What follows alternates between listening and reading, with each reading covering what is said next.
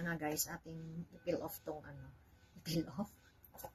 Itong suha. Ay, tulog na. Ano kayo kulang nito? Ay, ito yung red. Red na suha. Yung juicy siya. Diba?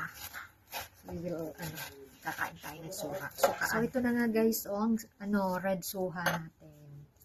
Titingnan natin kung matamis. O, diba? Ayan. Tingnan natin. Tututbrush ko lang eh. Kapait siya, siguro. Matamis. Kasi naano ko yung lasa. Katatapos ko lang mag-toothbrush kaya.